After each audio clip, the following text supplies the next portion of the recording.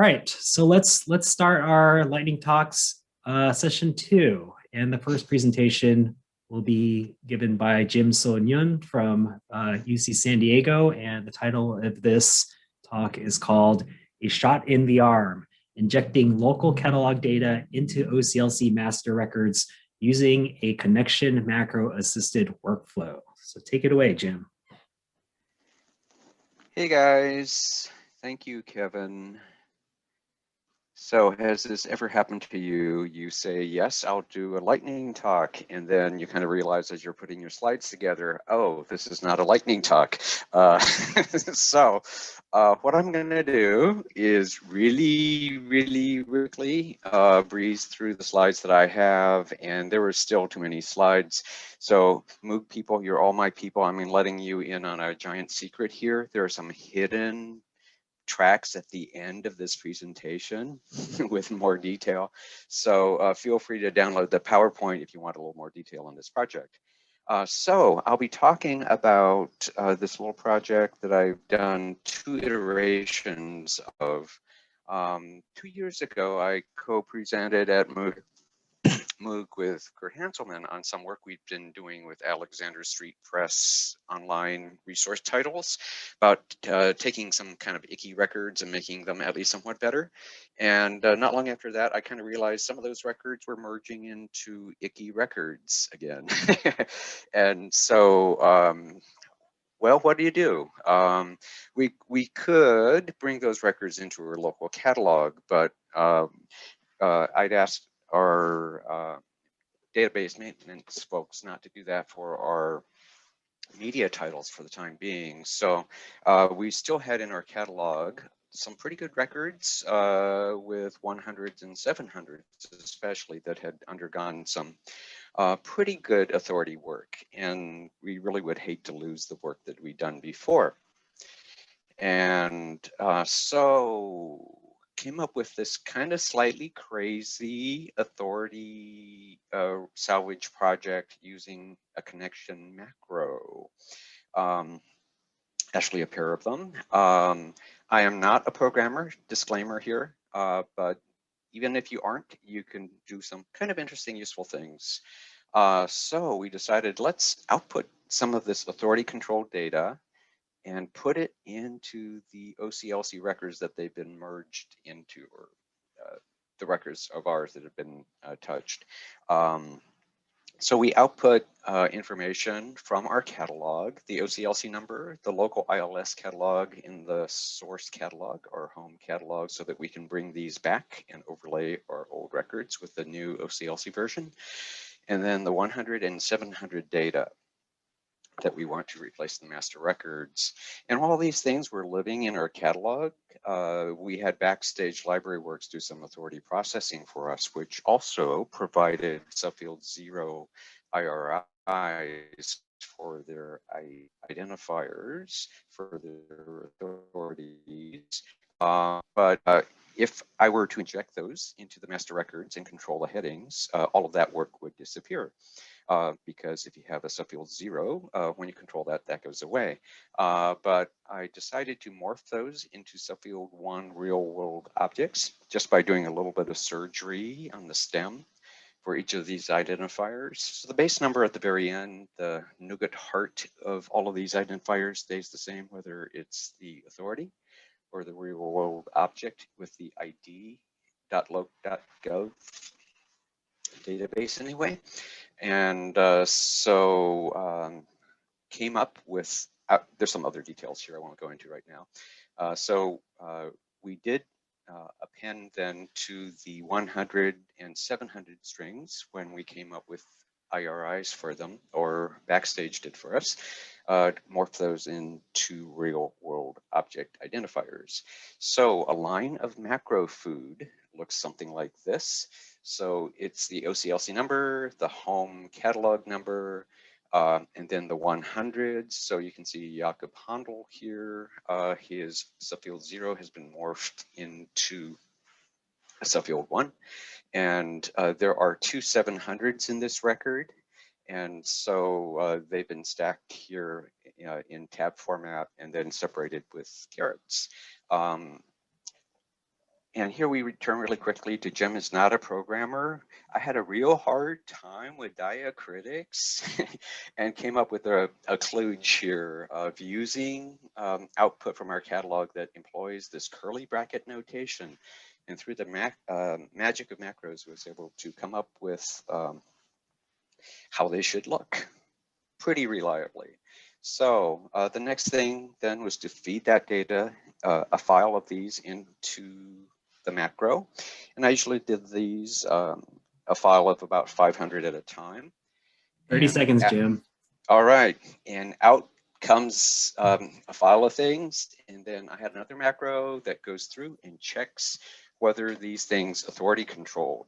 And so if the macro didn't work perfectly, like you can see with Gottfried Sturzel here, it spat out on this report and I could do some manual fixes. So that was pretty much it. I replaced the master records at the end and brought them back into our local catalog. I've got some examples here I won't go into really, but there was some ugliness before that we transformed into better forms.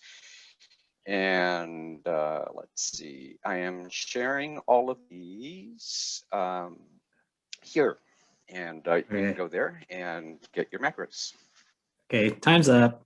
All right. Thank you, Jim. And we will be sharing the slides after the meeting. So Jim has given me his slides, and we will be sharing that. Thanks. All right, next up, hold on. I'm going to unshare your screen so we can get. Okay. And next up, we have Clare Spitzer and from Stanford University, and her presentation is entitled Universally Remote, Cataloging Digital Collections with the Help of Student Employees. And this presentation has been pre-recorded, so I am going to share my screen. And here we go. Oh wait, hold on, I gotta stop that. I gotta press the special button to make it work right. Here we go. So many buttons. Okay, here we go.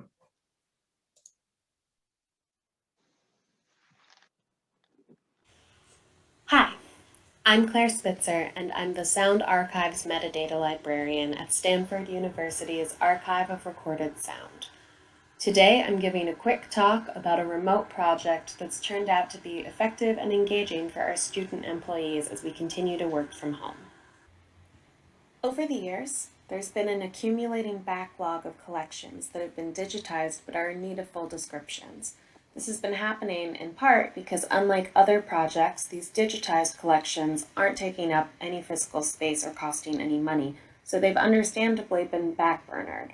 But then, as we shifted to working entirely remotely this past year, it became an ideal time to focus on these collections.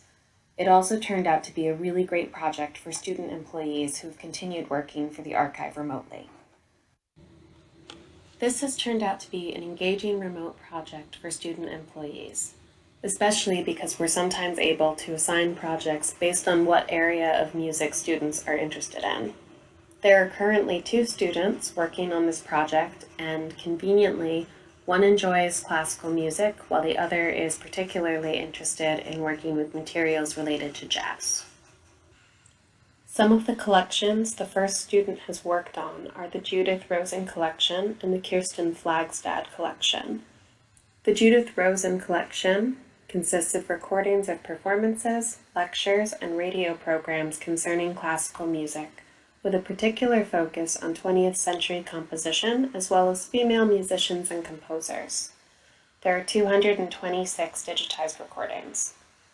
The Kirsten Flagstad collection includes 87 recordings of the preeminent Wagnerian soprano featured in radio broadcasts, live performances, recording sessions, and interviews. The other student has worked on the Reese Ehrlich Jazz Programs and Interviews collection, which includes 184 recordings that have been digitized primarily of the public radio feature Jazz Perspectives, which profiled jazz, blues, and Latin musicians. They've also completed the Art Vincent Jazz Collection, which includes 159 digitized recordings, mostly from the Art of Jazz radio program, containing interviews with major figures such as Count Basie, Ray Charles, Frank Sinatra, and Stan Getz. To start the process, students are sent a spreadsheet with links to recordings and columns for names, name authority URIs, roles, dates, and table of contents.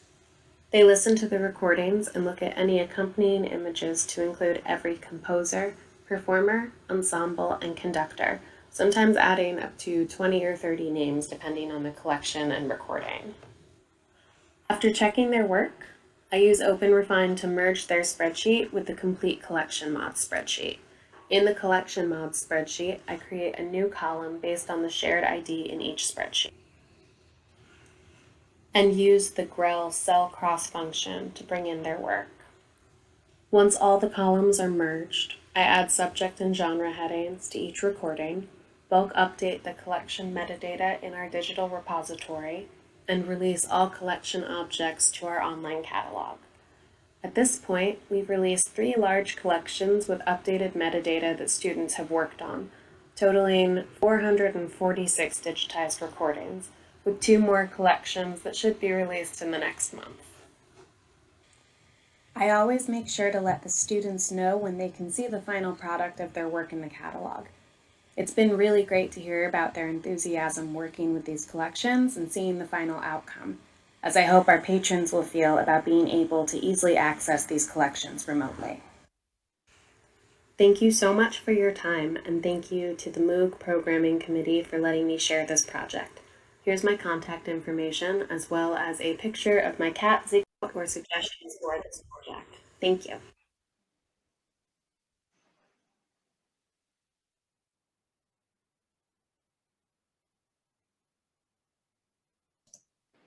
All right. Thank you, Claire. I think I'm back on the screen. I had so many things open. And I don't know who's messing with the recording, but I think it's back on again. So thanks. All right, next up, we have Stephanie Sussmeyer from the Westminster Choir College of Rider University, and her presentation is entitled Julia A. Perry Collection Goes Digital. All right, Stephanie. Thank you. I'm going to share my screen. Can everybody see it? Yes? Yes, okay, yeah, great. we got it now. Thank you. Okay.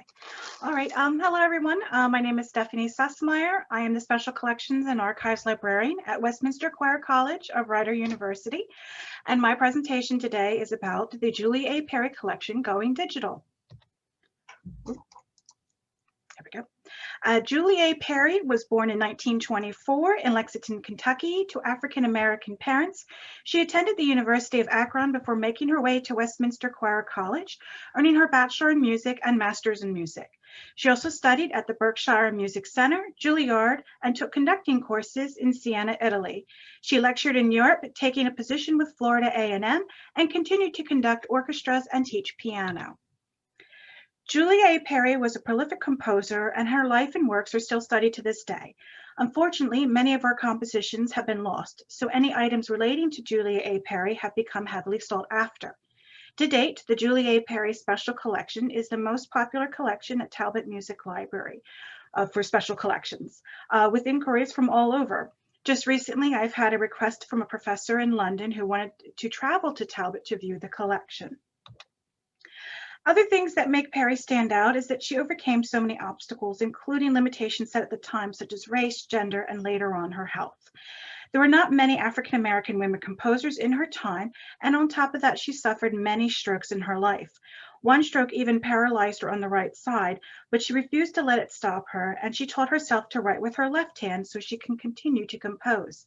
The image below on the left was a letter written a time before her stroke, and the image on the right was a letter written in 1974 after her stroke. And you can see that even though she is writing with her non-dominant hand, her writing is very legible. When I decided to digitize the collection, I wanted to have items that represented her as a person and composer, selecting items that reflected her music, writing, struggles, and her accomplishments.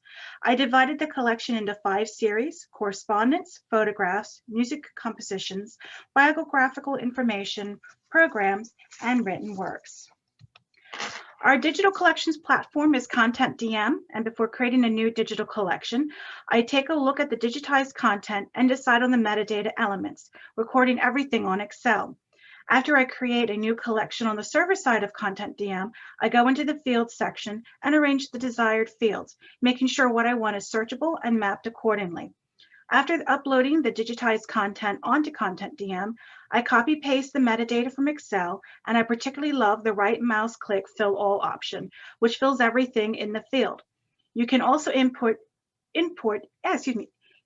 information via collection level, or if the item is compound, go in and enter the data via item level.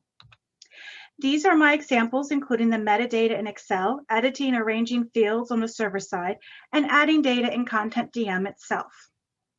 And here is my Excel where I can just copy, cut, and paste and put everything into Content DM. This is the server side where I can get things mapped and arrange my metadata accordingly. This is a collection level view. This is the item level view, and this is a compound item, so you can add everything in for the compound level. I recommend populating the constant fields first, such as collection, dates, formats, identifier, collection title, etc. And this is not very good shot. I tried everything, but this is the right mouse click fill all. And what you can do is you take that item at the top, you select it, click fill all, and it will just populate everything straight down. It's just a really lovely feature. And that concludes my presentation. Thank you all so much. And please do check out the Julie A. Perry collection. And please don't hesitate to contact me with any questions. Thank you. Wow. Thanks, Stephanie. That was 4 minutes. You are the fastest one so far. All right, I'm going to steal your screen back. Oh, yes, thank you.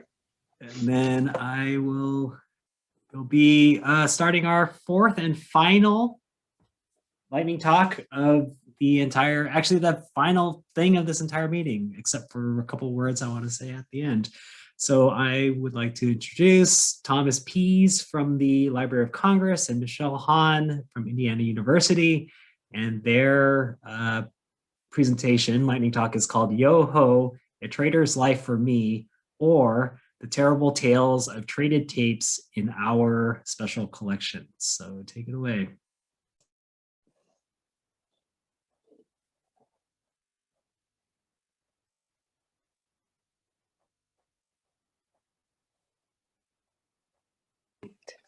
Okay, so today we're talking about tape traders and their tapes. For more detail about what that means, check out the session abstracts in the MOUG program. We will only answer some of these questions in our 5 minutes today, but we'll make all the answers available later in a long-form video. So, Tom, what do traders put on these tapes? Well, I just wanted to say I'm not speaking for the Library of Congress, but almost anything. I mean, we're here at a music conference, so I'll mention the obvious things: live concerts, anything off the radio. We're talking about reel-to-reel. We're usually dealing with some pretty serious traders. Usually there's one big thing on a tape, and then they'd fill it in with whatever on the rest of the tapes or reels, whatever they're interested in, arias, speeches, interviews by the same composer or performer. I've heard they could be recordings of opera rehearsals, unauthorized recordings of orchestra concerts, old school mixtapes with the trader, when the trader would hold a microphone up to the radio, or even the sounds of the trader snoring at a concert. But how do we get them? A lot of times these sort of tapes are ancillary to the collections we actually want. Sometimes they are the point of them. Sometimes you might get a great collection of Russian 78s, but you have to take all these other tapes that came with them. There's a collection at the library from David Hummel, which was largely reels of musicals recorded at the theaters, which we believe he had permission to do. So, but there's a lot of compilation recordings of television and radio that went along with that book as well. Sometimes knowing that the donor was wealthy meant that we accepted them regardless, because that goodwill may have meant that the donor would follow up with a monetary donation too. But that didn't usually seem to happen. Or vice versa, a wealthy donor would make accepting a donation from a trader a contingency of their monetary donation. What do you think, Michelle, are the pros and cons of taking such collections? Well, it could be fairly unique expressions of content, but spending the time describing a tape that a library cannot keep for legal reasons does seem kind of wasteful. It can be hard identifying the content on these tapes, the performance details and whatnot, and many pirates that appear the data don't appear as illegal as they are. It takes a lot of time, and it takes a master ear often identify this. And I've known engineers that can identify a bass drummer or bassist from just hearing it play. Sometimes it takes only a couple words on a label for a good music librarian to figure it out. But ironically, it usually falls to students or volunteers to do this work instead of the librarian, who is the subject matter expert. So who all is involved and what can we do? Well, I wanted to talk about two people, engineers, who often have to spend time figuring out all these tape configurations that are on the tapes, especially collectors who really like to maximize the amount of material on these tapes, and curators who appraise on these recordings and their uniqueness before they come in. And if you could get, if they could get a sense of, they could say no to parts of the collection, that's often a good idea. Really, everyone's involved and needs to be included from the start. Collection developers are looking to build in areas of interest. Administrators and development personnel believe wealthy donors will follow up with money, but reference and collection and circulation are the ones to field questions about the tapes and access requests, and catalogers may have to dedicate production time to these tapes instead of other materials. Including everyone right away will help everyone understand the broader financial implications, like the paid time of affected staff. Truly, leaving anyone out can have a severe negative impact on morale that leads to even larger financial issues. You know, from a preservation point of view, you really have to decide what is the most important for these collections. Figure out where you can delay digitization. There are parts that aren't as exciting, including some basic conservation techniques like winding reels onto slotless hubs, repairing splices, and keeping inserts with original boxes. And in cataloging this material, you know, mark cataloging may not be the quickest way to get it done. You may want to put up inventories or finding aids, make a finding aid, or encourage donors to provide inventories, especially. 30 seconds. Is this even legal? And with that, we'll actually end, leaving you wanting more. Keep an eye out for the answer to this and more in a long form video that we will put together shortly, like Jim. Thank you. Thank you, Tom and Michelle. That was really, this idea of trader tapes or trader CDs in my case is fresh on my mind, because I had to start thinking about those. There's a collection that we are dealing with. All right, so we have time for some Q&A. Let's see, there was one question for Stephanie. Stephanie, does Westminster have unrestricted rights to expose materials online? I'm going to say it's case by case or collection by collection basis. I haven't seen anything. I've been here a little bit over a year, so if this is my first digital collection here, in the past I was working at Stockton, and it would be within copyright, and I have redacted things in the Julia Perry for privacy. So I'm going to say at the moment it's just case by case or collection by collection. I don't know if that answers the question. So the Perry is not freely available online? Is it just selected? It's just within with the digital, within our content DM. It's for, well, you can go online anywhere and access it via our website. Great, thank you. Michelle, do the Orchard tapes fall into this category? Well, yes, that's the millionaire I was talking about, who happened to have 3 children. So we were not his top heir. That's too bad. Yeah. Any other questions for the lightning talk? speakers. Let's see, I don't see anything else. I will, like I said before, unless somebody types something in, I'm gonna say, we're gonna be posting all of the presentation slides. I believe I have slides from everyone, so we'll be posting all of those somewhere on the MOUG meeting page after the meeting. In addition, we will be, for the presentations, and presentations, we will be posting videos online also. I think that's what I can tell you. I don't know when.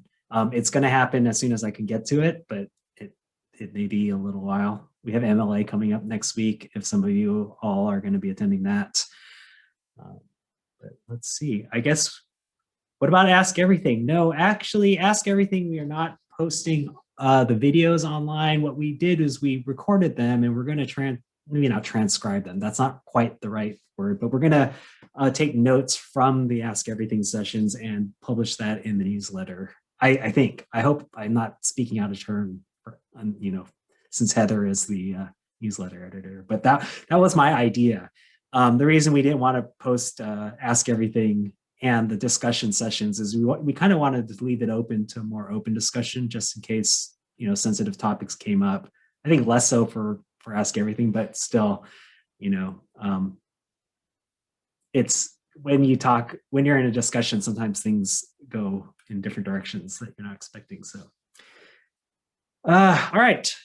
Oh, Heather says, yes, we are. So we are going to publish the questions from Ask Everything, at least the selection of them. Maybe we'll have like 10 volumes of them or something, because I heard that it was a very lively session. Yeah, some Ask Everything Q&A will end up in the MOUG newsletter, and we are running the questions and answers by the panelists before we publish them, so they can correct their mistakes, which they never make, but they just in case. And with that, it's 1:15 p.m. That's the end of the second lightning talk session. And I will say, so here we are. It's officially the end. And, thanks so much for being part of the 2021 annual meeting of the Music OCLC Users Group.